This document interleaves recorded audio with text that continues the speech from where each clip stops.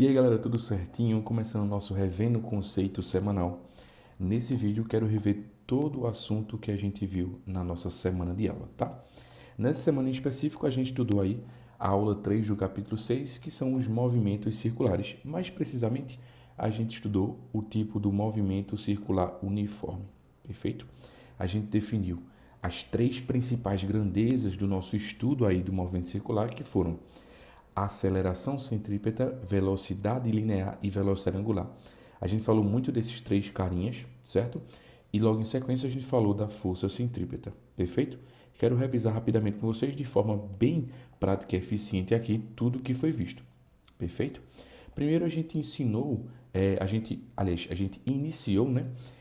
Essa definição do movimento circular falando o que de fato era um movimento circular uniforme, ok? É um movimento circular que acontece a velocidade constante, perfeito?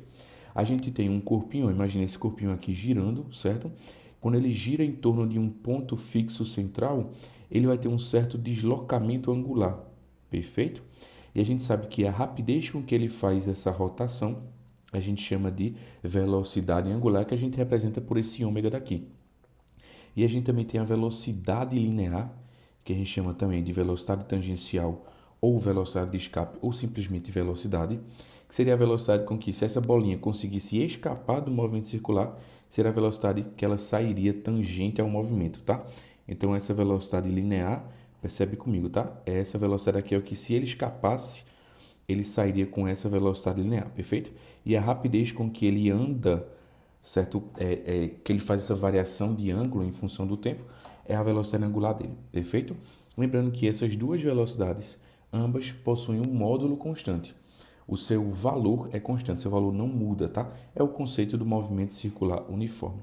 Mesmo sendo um movimento uniforme, a gente sabe que, por ser circular, ele tem uma aceleração, que é a famosa aceleração centrípeta, certo? Que é a aceleração responsável, tá? Ela aponta para o centro, que é a aceleração responsável por fazer esse corpinho executar o movimento circular em segurança, apontando sempre a aceleração centrípeta, né? Apontando sempre de forma radial para o centro da circunferência, perfeito? Então, essas foram as três grandezas que a gente definiu logo no início da aula, tá? Eu lembro que até defini com vocês que velocidade linear é espaço por tempo. Isso a gente já estudou. Que velocidade angular é variação de ângulo por tempo. Isso a gente estudou também. E definir que a aceleração centrípeta é velocidade linear ao quadrado sobre o raio, perfeito? Então a gente definiu essas três grandezas, obviamente, essa relação aqui a gente acaba não usando nesse formato, a gente usa em um formato muito mais específico, que é um formato que depende do período e da frequência, tá? Quero até relembrar com vocês, de forma bem prática, que o período é a quantidade de tempo que o corpinho demora para dar uma volta completa no seu movimento circular. E esse período ele pode ser em segundos, minutos, pode ser em horas, perfeito? E a frequência ela é a inversa do período. Ela é a quantidade de voltas que o corpinho dá por unidade de tempo, perfeito? E essa frequência ela pode ser em rotações por segundo, rotações por minuto ou rotações por hora, perfeito? Obviamente, esse rotações por hora a gente não vê ele sendo muito aplicado, então a gente vai usar muito para o tempo segundos e minutos e para a frequência rotações por segundo e rotações por minuto. Lembrando que rotações por segundo também pode ser conhecido como hertz, perfeito? Tranquilo. Definido isso, eu defini com vocês, logo após o período de frequência, o conceito da velocidade angular através de outra relação, tá? Que seria essa daqui, a velocidade angular pode ser calculada por 2π sobre t e velocidade angular pode ser calculada por 2π vezes f. As duas relações são verdades para qualquer movimento circular uniforme, perfeito? E quero te lembrar aqui, o período é em segundos para que para que o ômega, tá? Que é a velocidade angular, dê em radianos por segundos. A frequência tem que ser em hertz, ou seja, rotações por segundos, para que o ômega dê em radianos por segundos. Perfeito? Tranquilo? Massa. E logo após isso, a gente falou sobre a velocidade linear em relação à velocidade angular. Então, essa relação aqui ela acaba sendo bem importante, porque através dela a gente consegue, conhecendo a velocidade angular e o raio do movimento, a gente consegue achar a velocidade linear. Ou simplesmente conhecendo a velocidade linear e o raio, a gente achar a velocidade angular. Perfeito? Ou então, conhecendo as duas velocidades, a gente conseguiria achar o raio, por exemplo. Perfeito? Isso é muito importante, tá? Muito importante mesmo, muito importante mesmo. E aí, logo após isso, eu defini com vocês, né, aquele conceito de transmissão de movimento. Nesse espaço aqui vazio em anotações, é onde a gente discutiu, tá? Onde você pode também fazer suas anotações aí a respeito da aceleração, tá? Quero lembrar que a aceleração linear, que é a aceleração que mudaria a velocidade, ela vai ser sempre zero. Porque a velocidade linear, ela não muda, ela tem um valor constante, tá? Estou falando do valor dela. Perfeito. A aceleração que existe, de fato, é a aceleração centrípeta e ela sempre vai valer v ao quadrado sobre o raio, tá? Lembrando que velocidade em metros por segundo, o raio em metros e a aceleração centrípeta metros por segundo ao quadrado. Nessa relação também, essa velocidade aqui, ela vai ser em metros por segundo. Esse ômega daqui vai ser em radianos por segundo e esse raio aqui ele vai ser em metros. Perfeito? Tranquilo? Massa. E aí, avançando, a transmissão do movimento circular, de forma bem prática, né? A gente viu que são dois tipos. O primeiro tipo, a gente vai ter uma ligação ou por correia, ligação dentada, certo? Ou então, desculpa, ligação dentada, né, por dente, ou então a ligação por correia. Perfeito? A gente tem esses dois tipos de ligação, esses dois tipos de ligações, representando esse primeiro tipo aí de transmissão de movimento circular. E aí, em aula, a gente deduziu a fórmula, né? Quando eles são ligados por dentes ou por correia, a gente pode igualar as velocidades lineares e chegar nessa relação final, perfeito? E essa relação final, ela fala que você conhecendo 3 incógnitas, você acha a quarta. Então, conhecendo a frequência e os dois raios, eu conseguiria achar uma segunda frequência, tá? E ela fala também, teoricamente, que a circunferência que tiver um maior raio vai apresentar uma menor frequência de rotação. E a circunferência que tiver um menor raio apresentará a maior circunferência de rotação. Perfeito?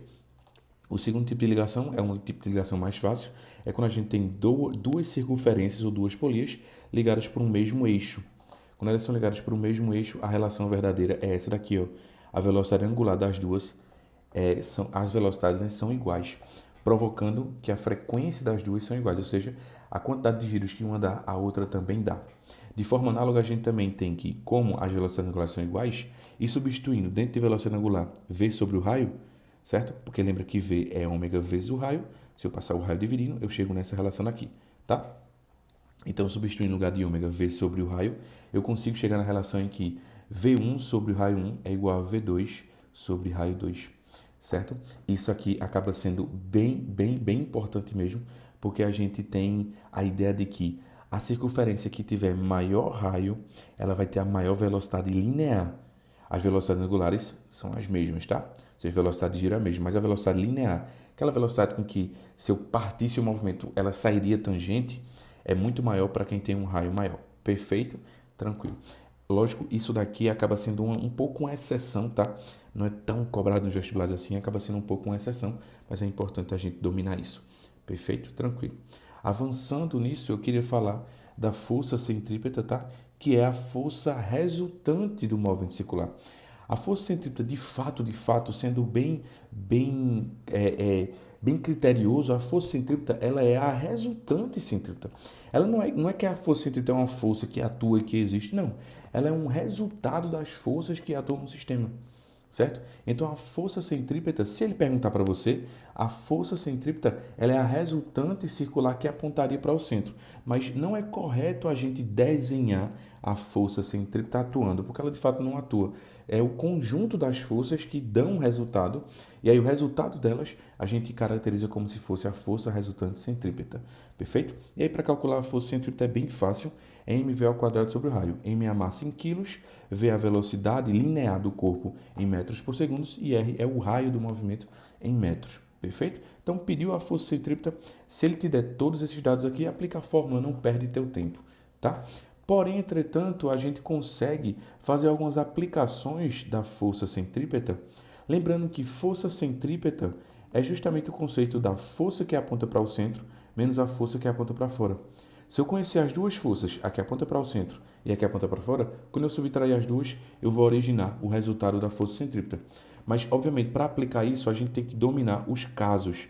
E aí, por isso que em aula eu vi 5 casos com vocês, de forma bem detalhada, de forma bem direcionada àquilo que vai estar no teu vestibular, e fiz vários exemplos na nossa aula, tá? Então, esses casos aqui, para que a gente não torne esse Revendo Conceito gigantesco, eu não vou revisar os casos, mas se você teve dúvida, pode ir lá no finalzinho da aula e assistir, ou então fala comigo, a gente marca uma mentoria e eu reviso contigo ali num espaçozinho de 25 minutinhos, 30 minutinhos, a gente consegue revisar todos os casos, se você sentir dificuldade, perfeito?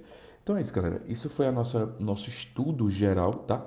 Do movimento circular. Lembrando que aqui no finalzinho ele fala da aceleração tangencial e centrípeta, que a gente já citou aqui no nosso Revendo Conceitos. A aceleração tangencial é sempre zero e a aceleração centrípeta ela sempre aponta para o centro e a gente calcula ela por essa fórmula que a gente já viu várias vezes no nosso Revendo Conceito e na nossa aula. Perfeito? Então é isso, galera. Qualquer dúvida que vocês tiverem, lembra sempre que pode contar comigo. Estou aqui para ajudar todos vocês, tá? A gente está chegando numa época perigosa do ano, onde está próximo e ao mesmo tempo está longe. Então, cuidado para não se perder aí no estudo, precisando de ajuda, manda uma mensagem para mim, conversa comigo, que eu estou aqui para te ajudar, beleza? Então, galera, um cheiro a todos e até a próxima. Tchau!